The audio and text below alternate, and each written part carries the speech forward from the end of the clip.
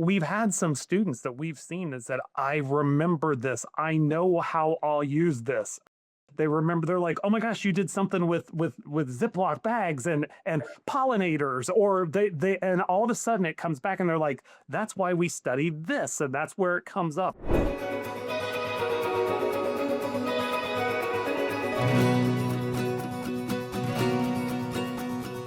Hi, and welcome to Illinois Corn TV. I'm John Klemm, today's host and director on the Illinois Corn Marketing Board. Pleased to be joined by Kevin Daugherty today, Director of Ag in the Classroom with Illinois Farm Bureau.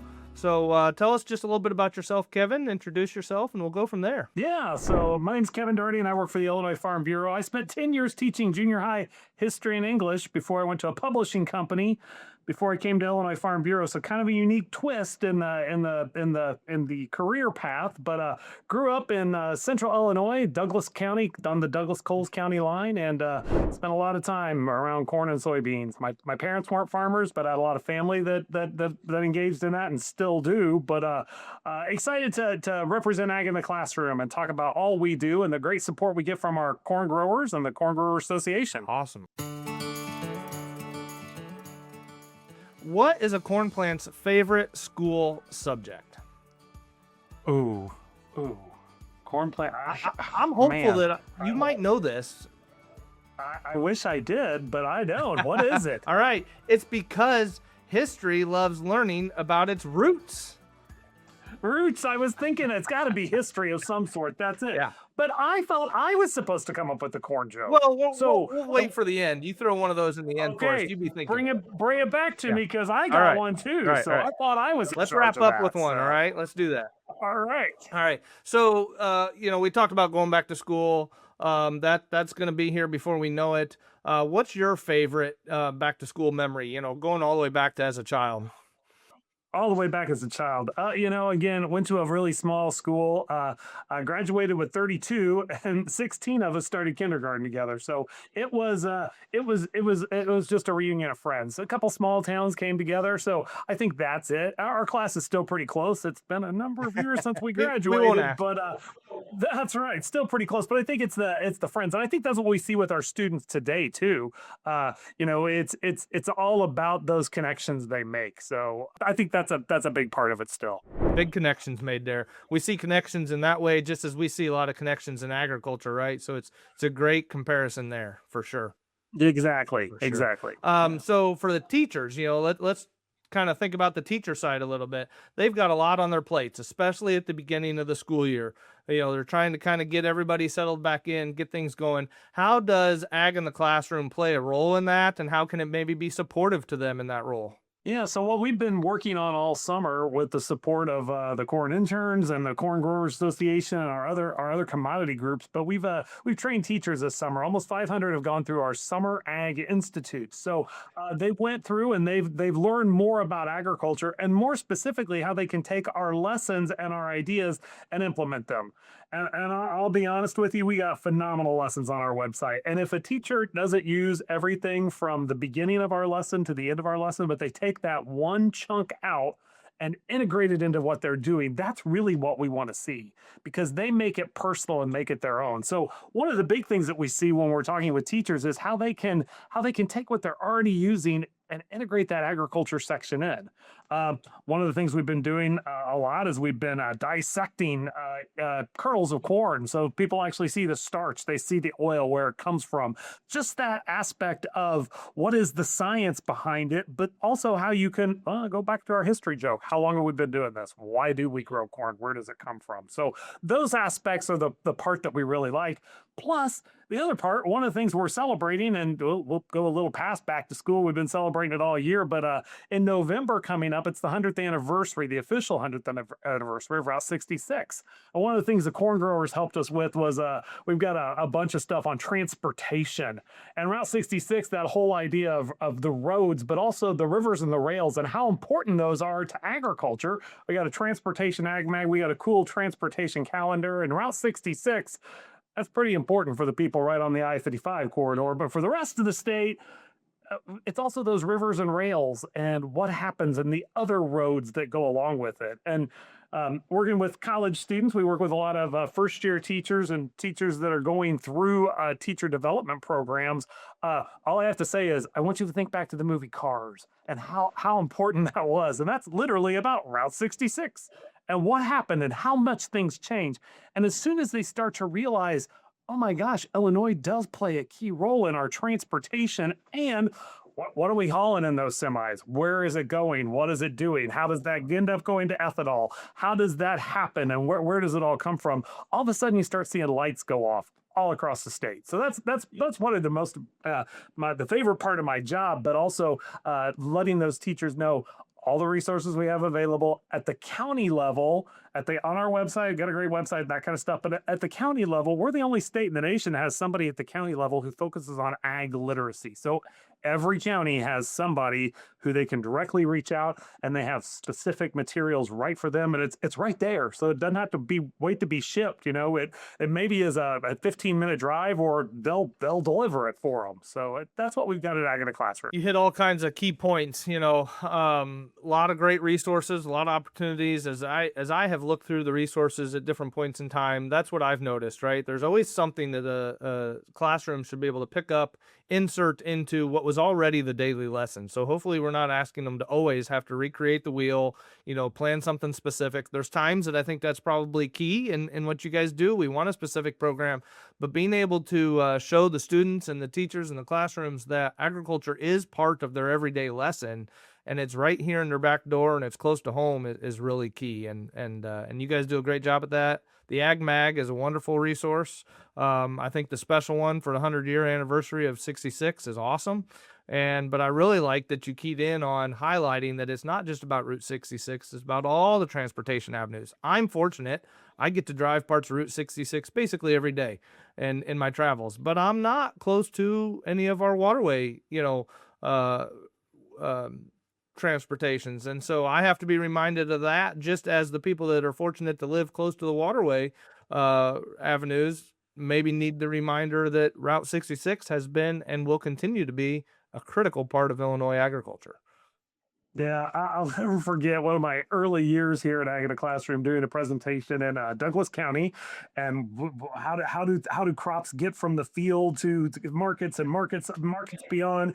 And they came up with the roads, and they came up with the rails, and somebody said, unless you count a horse and buggy, there's nothing else, because we got no rivers. Douglas County, we got nothing, so not there. Right. So Yep. it's funny about that. Good reminder for all of us. So as the students are able to learn about all this, and you're trying to really just, make sure there's some key facts that they get to experience. If you are able to go back to one of those students 10 years from now and ask them, what is a memory? What is a key thing that you recall learning in grade school or even, any level about Ag in the Classroom and about agriculture? What are those key things that you hope that they can carry on for years to come? Well, it's not only the key things that we hope to carry on. Literally, we work with pre-service teachers. That's what we call our student teachers before their student teaching. We're in 19 colleges and universities across the state, between 19 and 26 of them each year, each semester we go in. And we've had some students that we've seen that said, I remember this. I know how I'll use this. They remember, they're like, oh my gosh, you did something with Ziploc bags and pollinators, or they and all of a sudden it comes back and they're like, that's why we studied this, and that's where it comes up. So the cool part about that is hopefully what we'll be doing is influencing future consumers. We're trying to grow good consumers across the board. And even in my private life, I'm a member of a school board too, but that's part of it. So it's part of it is the education and what we're getting out of it. But how do we become good consumers and know what goes on in the state of Illinois and how important agriculture is? One of the things that we've seen lately, and we've worked really hard on this the last couple of years, is working to develop authors who will write books. And God bless the fine folks that are doing self-publishing. That's awesome. But schools don't buy that. And you don't see that market. And anybody that self-publishes, that's awesome, but they're selling it out of the back of their trunk. And, that's a tough business. If they're fortunate enough to be published by a major publishing house, then they get to it. And one of my favorite ones is It's Corn Picking Time. Brand new book, just came out last year. And because even for our high school students, they buzz by, even if they're in rural areas. So many of them aren't directly involved in agriculture. It explains what happens to it, and not only from the aspect of the cool literature aspect, but the great back matter, those factoids in the back of it and where it comes from. So that's part of the thing that we're really trying to work with, is show folks in Ag in the Classroom how here's a piece of literature and here's where it's talking about, and here's the science that'll relate to it, and here's the history that'll relate to it. All of our teachers right now are really concentrating on, still STEM is important, social studies is important, but it's language arts, and language and math. Those are the two things that we get tested on, and you see those results come in. So how can we make that inroad to talk about agriculture using great pieces of children's literature? Another one I'll mention, I'll throw out here, Gail Gibbons. Love Gail Gibbons. She's another Gail Gibbons, an Illinois author. Lots of folks have known Gail Gibbons. I like to say, it's a cool fact about Gail Gibbons. She grew up, went to school in Champaign. She went to school at the U of I, and she's an artist. Her first job, she worked for a big TV station there in central Illinois. And her first job as an artist, back in the day when you couldn't take cameras into courtrooms, she drew the pictures of the people in courthouses. But now she's a children's author, and this is a phenomenal book on corn. Literally, she didn't mean to. She's just describing corn and what happens to it. But you cannot read these pages without addressing the next generation science standards. Now, that didn't mean much to our producers and that kind of stuff, but you ask an elementary teacher about NGSS standards, right here, it's all laid out for you. So again, we're able to go in to talk to teachers and say, okay, you want to talk about NGSS? Boom, we got it right here. We get literally, this one's tabbed so I can show my specific examples without fumbling through it. So we can talk about how you can use that corn that you see growing all around you, how you can use that in your science. And penguins are fine. I'm a big fan of penguins, but really, we don't need to worry about penguins. Let's worry about corn. We got it growing right here. Corn. That's right. That's right. Well, that's a new one. I haven't seen that book, at least myself. I've seen several of your others, so I'm excited to check it out when I can. And I think that's a key thing. You know, I've got kids at home. I've read most of these books. I always pick up on something too, or at least appreciate the way that they are communicating to the general public, or even to those that live, you know, maybe close to a farm, but they don't really know the details. And so they do a great job. I can certainly attest to that, and glad that you guys are helping promote that by all means. Yeah. And I'll throw in another thing that we're really working on is we work with a group from the Illinois Reading Council, and we work with promoting Illinois authors. And they've been doing this there every year. They pick 36 books, 6 books and 6 strands from birth to adult by Illinois authors. And we've worked with them for 15 years. The first year, I'm like, how are they going to find so many authors? The next year, I'm like, we got to get in this. And now every year there's at least one book on agriculture. So that's a really cool thing. And that's how many authors are writing books about this. And Gail Gibbons, this book, I think was published in 2002. I'll have to get you a copy of it, but it's in every kid's library. It's in every school library. But yeah, 2008. So that's why you haven't seen it. Right. So you know, before you were worried about kid books. Right. So a lot of car time spent for kids nowadays, you know, so we got the classroom covered in a sense, but now we've got kids that are spending all kinds of time in their cars. They're traveling a lot. They're on their electronic devices. Have you guys said, okay, you know, maybe there's a different approach, you know, another way to grab kids' attentions and be educating them? Do you have any solutions for that? Yeah, we actually do. In celebration of Route 66 on our website, agintheclassroom.org. Go to agintheclassroom.org. We actually have a road trip bingo activity to partner with our Route 66 stuff. But literally on their devices, they can flip it around, and it will. You look for a Lincoln site. Yep. You know, if you see a sign for a Lincoln site, or if you see construction. It's only listed once. I know you're going to see lots of construction, but you see construction. You see a commodity trailer. You see an animal on the roadside. You get to play bingo. And the cool part about it is you can either print them off. We got 5 or 6 different printable versions of it, or on their tablet, they just hit refresh and everybody gets a new page. So go visit our website, agintheclassroom.org. We've got that covered for not only for the teachers, but also for the parents who can use this as well. Reminds me of the old, you know, we had the little slide cards, and you had the little tab, and when you'd find something going down the road, you'd slide the tab over and you get all excited when I was a kid.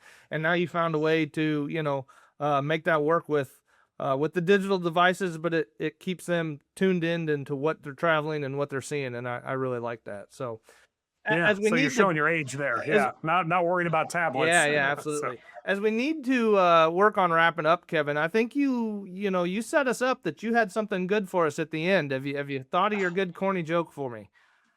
well, wearing my corn shirt again. There's only so many places you can wear this, but a corn interview I thought was one of them. But what do you call two ears of corn to become best friends? Ooh. It's a technology thing. They're earbuds. Oh, I So there like you it. go. I like it. They're earbuds. That is really good. So, remind us of that website one more time before we let you go, Kevin. Everything about Illinois Ag in the Classroom you can find at agintheclassroom.org. Check out agintheclassroom.org. See what we got. Awesome. Thanks for joining us today, Kevin Daugherty of Illinois Farm Bureau. Thanks a lot.